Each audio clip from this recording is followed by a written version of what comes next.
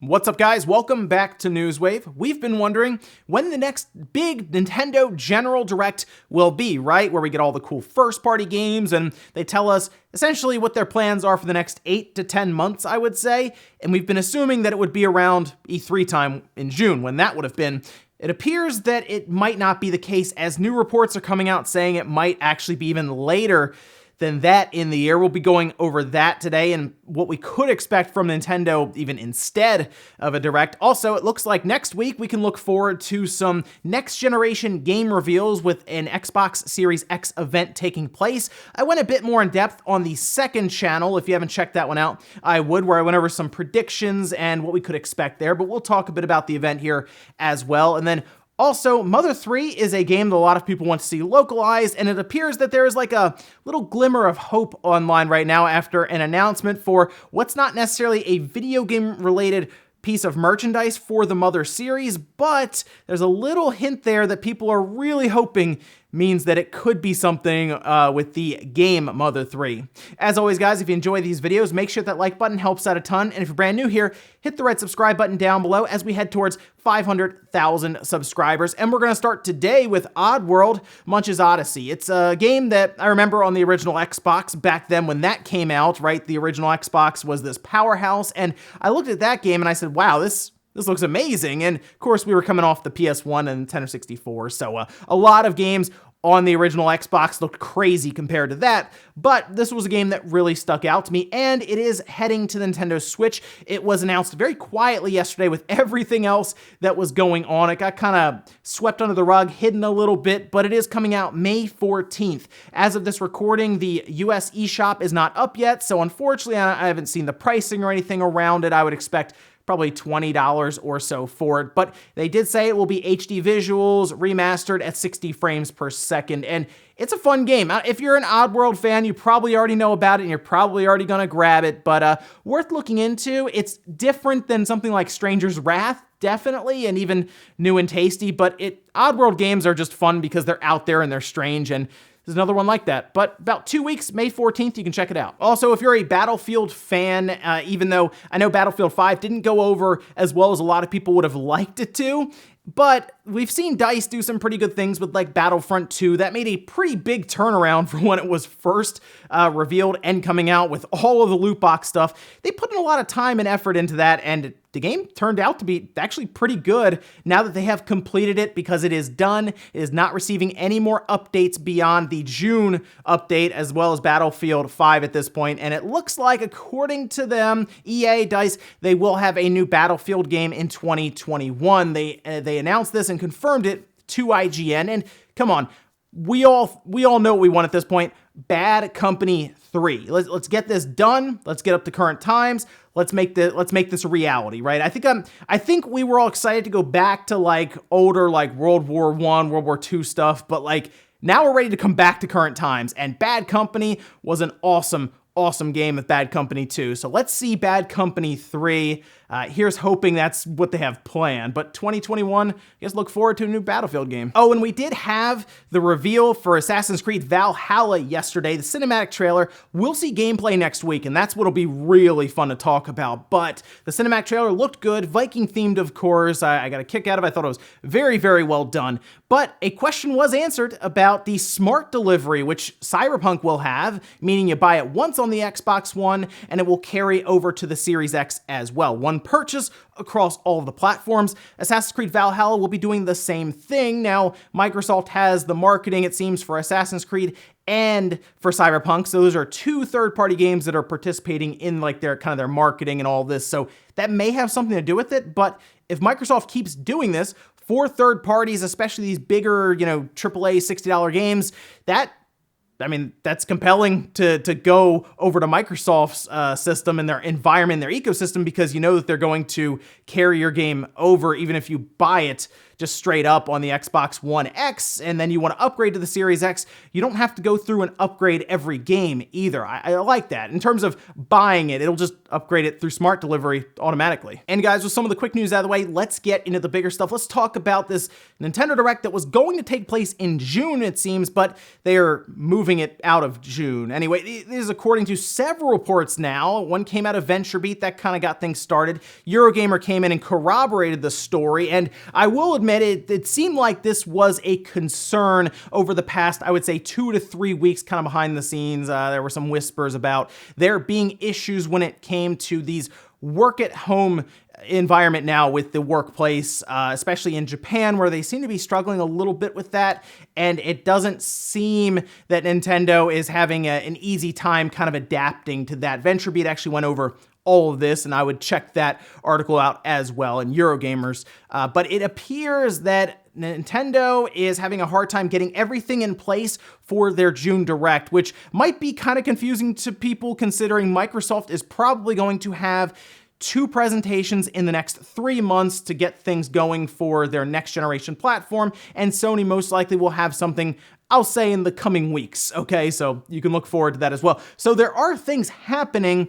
It just seems that Nintendo is kind of struggling right now to get this presentation together themselves. Eurogamer has said that we could expect this Nintendo Direct presentation probably towards the end of the summer. I'm going to go out on a limb and say it could literally fall all the way into August. So it very well could be about 11 months before we get another general Nintendo Direct from the last September one to August. Like, I mean, think about that for a minute. We get done the September one last year. If I had come to you and said, oh, I hope you really enjoyed that general Direct, we won't have another one until next August, you would have thought I was crazy, right? That very well could be what happens here. Now, according to VentureBeat, Nintendo has told third parties that if you don't want to wait for the Direct, you can just go ahead and start announcing things now, whenever you want, basically. Just start putting it out there, let us know, and we'll kind of mark up the Direct as we need to and change it as we go along. That's something I expect to happen, by the way. I think third parties will just go out there and start announcing it. Consider what we've seen with something like Deadly Premonition 2, where they just said, okay, we're going to go tell them the release date, and they just drop it. That is what I think will happen, and I don't think it's necessarily going to just be third parties that do that. I think Nintendo will still have some announcements. For example, there is an ARMS character coming to Smash. They could very well just put that on Twitter. We already know that there's an ARMS character. They just need to release like a, 2-minute trailer for the character to unveil them. Maybe Sakurai has like a 10 or 15-minute video kind of showing how to play as them. Put all of that down on YouTube, pre-recorded. Boom, that's it, right? He can record it even at home. I mean, Sakurai already films these things at his desk anyway while he's playing the game, so he already seems okay in that environment to just kind of show off the game there. That's what most people are interested in anyway. But I could see Nintendo also just straight up dropping game announcements right on Twitter, kind of like those Twitter Directs, if you will. Like, let's say, just hypothetically, that Mario Remasters is real. Nintendo was going to announce it in June. They realized they cannot do that now. Maybe they just go out on Twitter in May and say, yep, we're going to be remastering all of these Mario games. They're going to go into a collection, Sunshine, Galaxy, Mario 64, right? You just start dropping them all in there, and it's coming out this holiday. That's all they need to do. Announcement, trailer, press release, and they're off, right? That would take off, it would spread online, and people would get really excited. Because if you really think about it, that's really all Direct is. It's just a bunch of trailers back to back in a live presentation. Yes, it is disappointing that there won't be a Direct, seemingly, according to reports, in June. But based on what's going on in the world now with the virus and the pandemic, it does seem kind of small compared to everything else going on right now. But it is still disappointing. So I understand why people are feeling disappointment when they hear this news, but I don't think Nintendo is just going to get to the end of May with Xenoblade and then Clubhouse games coming out like a week later and that being it for 2020. I think they'll have some first-party stuff at least ready to announce to kind of keep people going here through 2020 until they maybe get to August and then have their big blowout. Next up, let's talk about the Xbox Series X event for next week. Sony still hasn't announced any type of event, but that didn't stop Microsoft from showing up on Twitter and saying, hey guys, we're going to do it next week. We are going to show off actual gameplay for the system that we've shown you inside and out.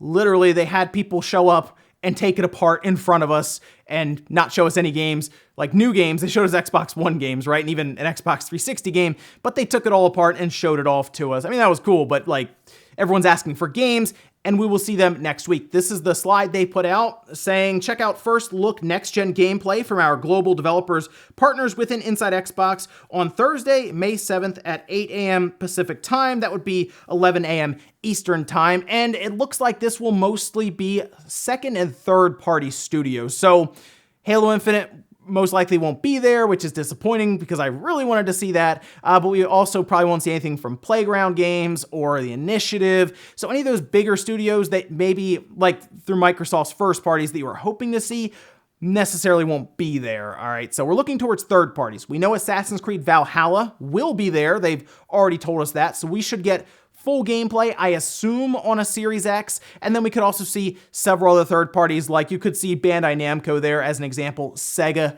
could be there.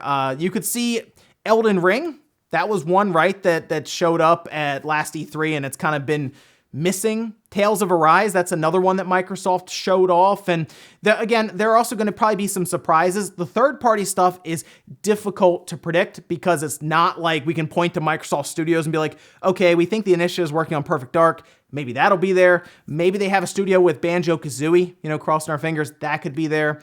It could literally be anyone that Microsoft just says, hey, show up. I mean, we had Phantasy Star Online 2 at their last E3. I'm not ruling anything out, right, at this point. But exciting. I mean, I'm ready to get next gen kicked off because I'm ready to see the games, and it looks like next week we will. Next up, let's talk about the wonderful 101. Of course, Platinum Games did a very successful Kickstarter. I backed actually a physical copy, and it's pretty excited to check it out right on the Switch. I think that's gonna be really, really fun to have that. I actually missed it completely on the Wii U, so it'll be first experience there. And people say that I should really get a kick out of it and enjoy it, especially with some of the improvements that it sounds like that they did make and the extra content. So exciting stuff there.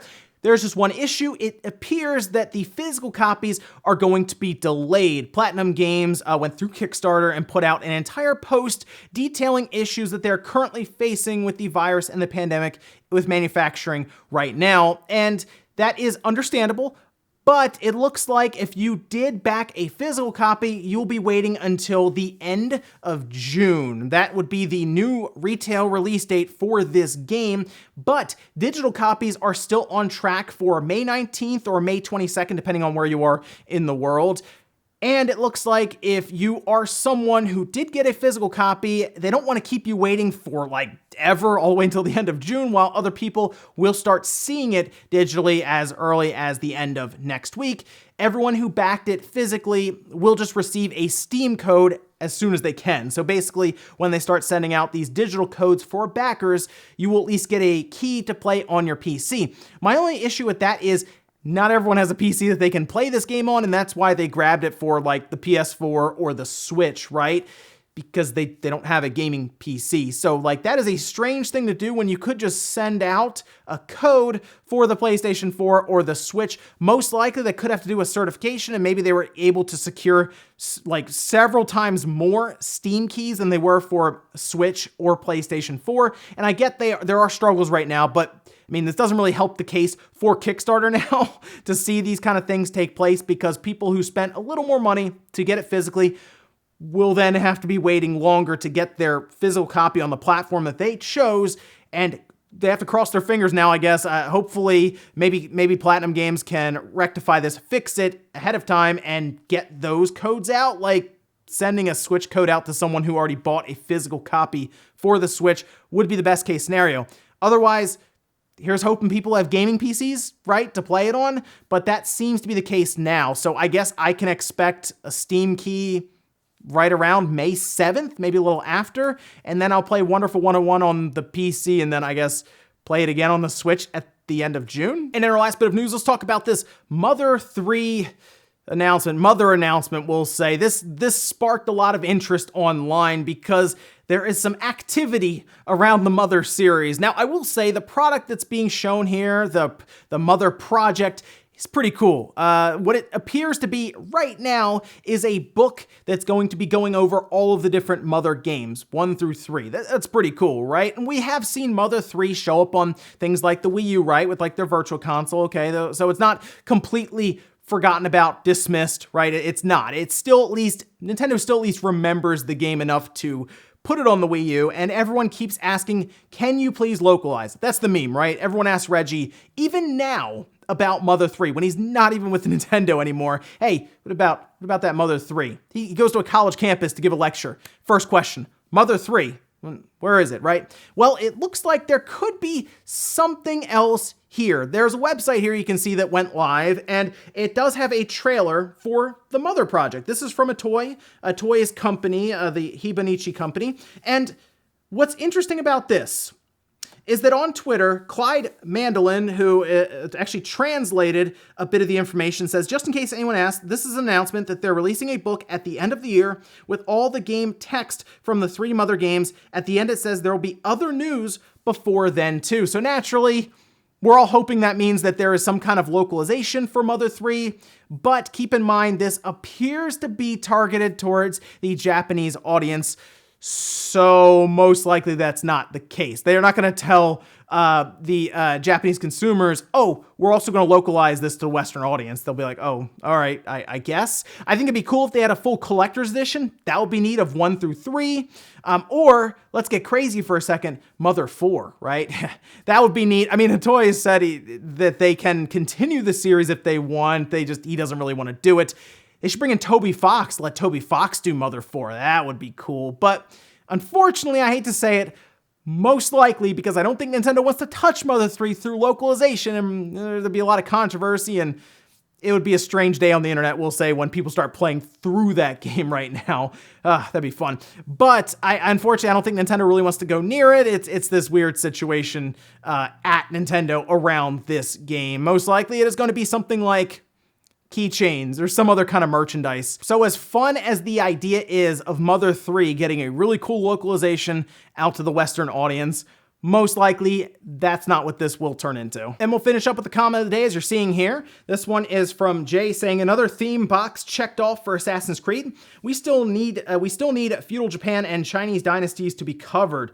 You know, feudal Japan keeps getting brought up because most people are like, oh, obviously, they could do ninjas, right? That could be a thing. They could have the samurai. They can have Ronin. Or actually, that'd be cool. Have the main character be like a Ronin who's just wandering as like a mercenary. That would be neat. But most likely, feudal Japan would, I think, do really well with the Assassin's Creed audience, and it would be something really, really fun for them to explore. And of course, the ninjas, it all kind of works out and makes sense. It fits together. I think that's one of the reasons why the Viking theme is so interesting, because you wouldn't think that would go along with Assassin's Creed. So, I mean, I'm interested to see how the gameplay looks, if it maybe is a stark contrast to what we're kind of used to now with Assassin's Creed. Hey, maybe we'll get lucky and Ubisoft won't have us climb a bunch of towers all over the place to see the map. And ladies and gentlemen, that's going to do it here for Newswave. If you enjoyed this video, guys, hit that like button. It really helps out. If not, hit the dislike. Leave comments down below about everything we talked about here today, whether it is the Nintendo Direct reports about there not being one in June even. So yeah, 11 months maybe before we see another general Direct. I mean, obviously there are situations in the world that are a bit bigger, we'll say, than video games and a Nintendo Direct. But are you disappointed to hear that? And are you concerned about the second half of this year for the Switch? Also, what about the Xbox Series X event next week? What would you like to see? And I know it's a long shot, but what do you think about this Mother 3 information, this Mother information? Do you think there is any chance that they really do localize this game out of Japan ever? Or do you think it just always stays as a game in Japan for that audience? Thanks guys for watching, and I'll see you next time.